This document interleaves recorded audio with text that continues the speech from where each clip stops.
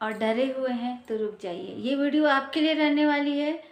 देखिए, कई मामलों में पत्नियां न पति को झूठा आरोप लगा देती हैं, या तो उन्हें दहेज केस में फंसा देती हैं या उनके ऊपर मेंटेनेंस लगा देती हैं, और साथ ही साथ पति के परिवार वालों को भी फंसा देती हैं।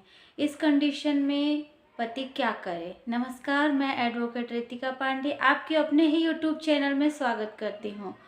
तो आज मैं इसी टॉपिक पे बात करने वाली हूँ कि अगर पत्नी ने आपको झूठे केसों में फंसा दिया है, आपके ऊपर तमाम आरोप लगा दिया है, और आप या तो उस तलाक की प्लानिंग कर रही है या आपके ऊपर उसने तलाक केस लगा दिया है, या तो आप डरे हुए हैं और उसके शर्तों और उसके घोर अत्याचार को आप बर्दाश्त कर रहे हैं, या आपके परिवार वाले बर्दाश्त कर रहे हैं।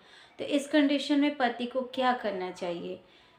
आपकी पत्नी या तो घर छोड़ के चली गई है और आपने तमाम कोशिश की है उसको लाने की, फिर भी वो नहीं आ रही है, और आपको रोज़ एक नोटिस भिजवाती है, कोर्ट से रोज़ एक नोटिस जाती है, आपके ऊपर मुकदमा कर दिया है या प्लानिंग करिए, तभी वीडियो आपके लिए बहुत ही हेल्पफुल रहेगी।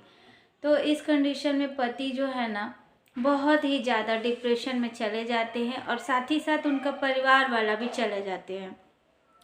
वो ये नहीं सोचती है कि आपके ऊपर क्या बीत रहा है, आपके परिवार वालों के ऊपर क्या बीत रहा है, बस उसका यही इरादा रहता है कि रोज़ आपके ऊपर एक आरोप लगाए, और हर रोज़ एक झूठा केस आपके ऊपर करती है, और आपकी पूरी ज़िंदगी को उसने इस कदर बना दी है कि ना आप जी सकते हैं और ना ही मर सकते। इस कंडीशन में पति और उसके परिवार वाले घुट घुट कर जीते हैं। इस घुट घुट के जीने वाले रास्ते से अच्छा है आपको कुछ उपाय को फॉलो करना है। अगर आप ये उपाय अपनी पत्नी के ऊपर लगा देते हैं तो वो या तो आपका सारा दहेज केस जो भी आपके ऊपर लगाई है, आपके परिवार वालों पे दहेज केस लगाई है, आप पे लगाई है, या जो मेंटेनेंस की मांग करी है लेकिन आप नहीं दे पा रहे हैं और आप डर गए हैं, तो सब कुछ ख़त्म हो जाएगा। या तो वो समझौता करेगी और नहीं तो केस छोड़ के भाग जाएगी, और या तो वो तलाक दे देगी। तो कुछ उपायों को मैं बताऊंगी, क्या क्या आपको 5 सबूत आपको देना है जब वो आपके ऊपर आरोप लगा रही है, मुकदमा कर रही है या फिर प्लानिंग कर रही है। तो 5 चीज़ों को लेकर आपको तैयार रहने की ज़रूरत है। अगर ये चीज़ें आपने तैयार कर ली, वो कभी भी आपसे आपके ऊपर झूठा आरोप नहीं लगा सकती है और ना ही वो जीत सकती है। देखिए, अगर वो मेंटेनेंस की मांग आपसे कर रही है तो ऐसा नहीं है, कोर्ट दोनों पक्षों को देखेगी कि आप कितना कमाते हैं, आपकी पत्नी के पास कितना अर्निंग होती है, उसका कहीं से सोर्स ऑफ इनकम है कि नहीं, उसके बैंक बैलेंस सब कुछ देखी जाती है। मेंटेनेंस अभी जो कोर्ट की जो नई जजमेंट आई है उसमें बहुत सारे बदलाव हो गए हैं। तो ज़रूरी नहीं है कि वो बस मुंह से मांग करती जाए और मेंटेनेंस की, और आप उसके शर्तों को मानते जाए। कोर्ट भी दोनों पक्षों को देख रही है। तो आप अगर डर जाते हैं कि मैं अगर अपना पूरा इनकम बता दूं, मैं कितना अर्निंग करता हूं, तो वो मेरा पूरा पैसा ले जाएगी।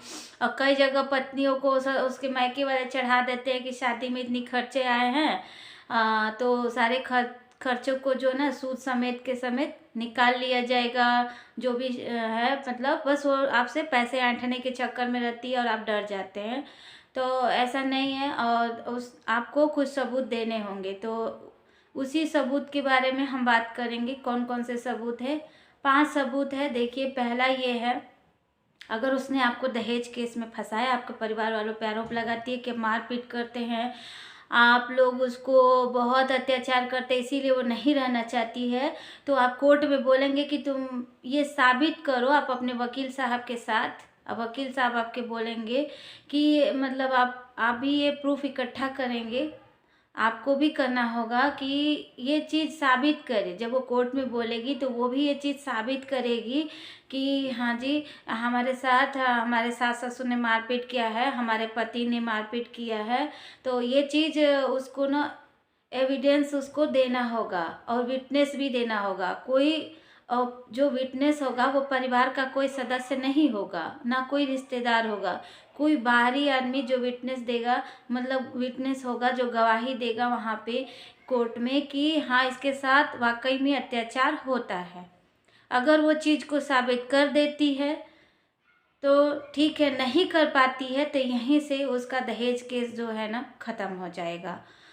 और दूसरा सबूत क्या है, आपको पति को क्या इकट्ठा करना होगा, पति को साबित करना होगा और पत्नी को झूठा साबित करना होगा। कैसे? आप जो है कितना इनकम करते हैं, कितना पैसा कमाते हैं, ये चीज़ आप को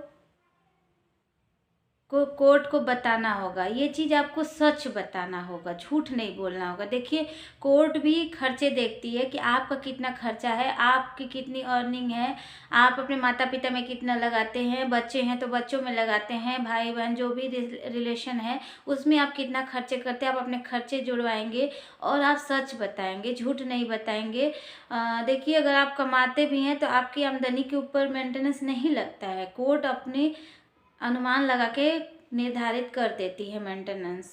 ऐसा नहीं है कि आप बता देंगे कि आपका इतना इनकम है तो आपसे मेंटेनेंस ले ली जाएगी, तो आप सच बताएंगे।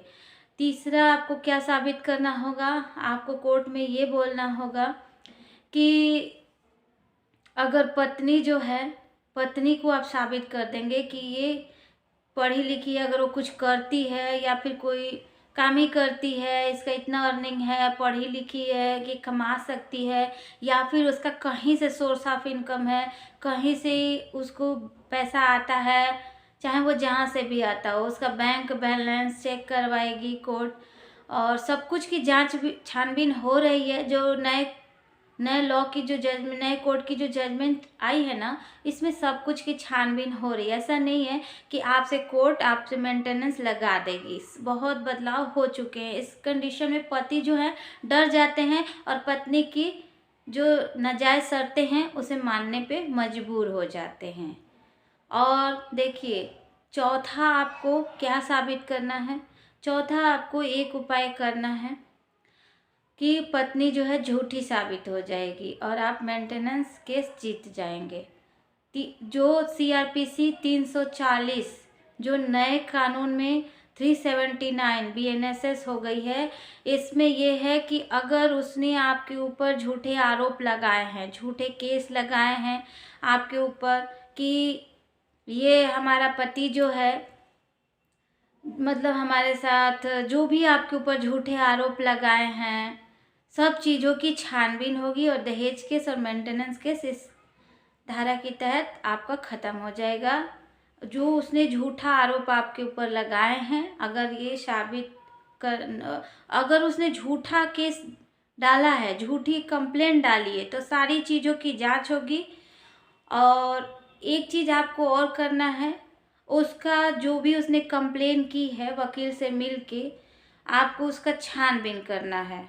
छानबीन में आप उसकी जो उसने एप्लीकेशन डाले हैं आपके खिलाफ, जो भी कंप्लेन बनाई है, वो सारे कंप्लेन की आप स्टडी करेंगे और उसके खिलाफ आप अपना एप्लीकेशन पिटीशन डाल देंगे कोर्ट में कि मतलब आपने क्या किया है, उसने क्या किया। अगर वो चीज़ साबित नहीं कर पाती है अपनी गलतियों को, उसके जो उसने आपके ऊपर आरोप लगाए हैं वो सब झूठा हो जाएगा, तो वहाँ से वो केस जो है ना हारने वाली है। तो इस तरह से आप पत्नी के द्वारा लगाए गए झूठे आरोपों और इल्ज़ामों से बच सकते हैं और अपने परिवार वालों को आप बचा सकते हैं। आपकी पत्नी अपने नाजायज़ शर्तों को आपसे मनवा नहीं सकती है, ना आपके ऊपर मेंटेनेंस और DV एक्ट या 498 का केस कर सकती है।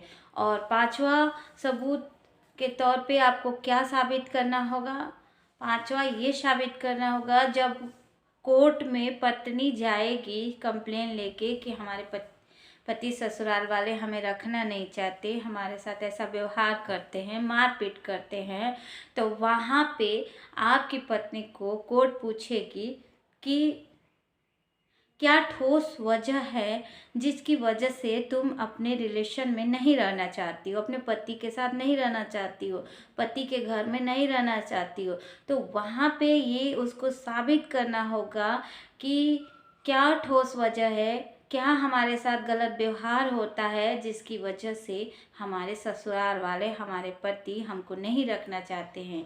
पत्नी अगर ये सारी चीज़ों को साबित नहीं कर पाती है तो उसका केस झूठा हो जाएगा और आपकी जीत होगी। आप मेंटेनेंस केस से, दहेज केस से और सारी उसके इल्ज़ामों से, मुकदमे से आप बच सकते हैं और अपने परिवार वालों को बचा सकते हैं। देखिए, ये जो मैंने बात कही है, जो कि झूठी पत्नी का, ये सारी पत्नियां जो है ना झूठी नहीं होती हैं। सिर्फ मैंने खासकर उन पत्नियों के लिए बात किया है जो पत्नियां झूठी होती हैं और अच्छे भले पति को झूठे केस में फंसा के उन्हें जिंदगी भर मुकदमे में फंसाई रहती हैं और मेंटेनेंस का चार्ज लगाती रहती हैं। और या तो पति घबरा के अंत में सुसाइड कर लेता है या गलत रास्ते पे चला जाता है। तो ये सारी चीज़ों से बचना है तो आपको मेरे बताए गए बातों को फॉलो ज़रूर करना होगा। वीडियो अच्छी लगी होगी तो अपने फ्रेंड, ग्रुप, रिलेटिव को ज़रूर शेयर करें। अभी तक वीडियो पे बने रहने के लिए धन्यवाद। मिलते हैं नेक्स्ट वीडियो में। धन्यवाद, नमस्कार।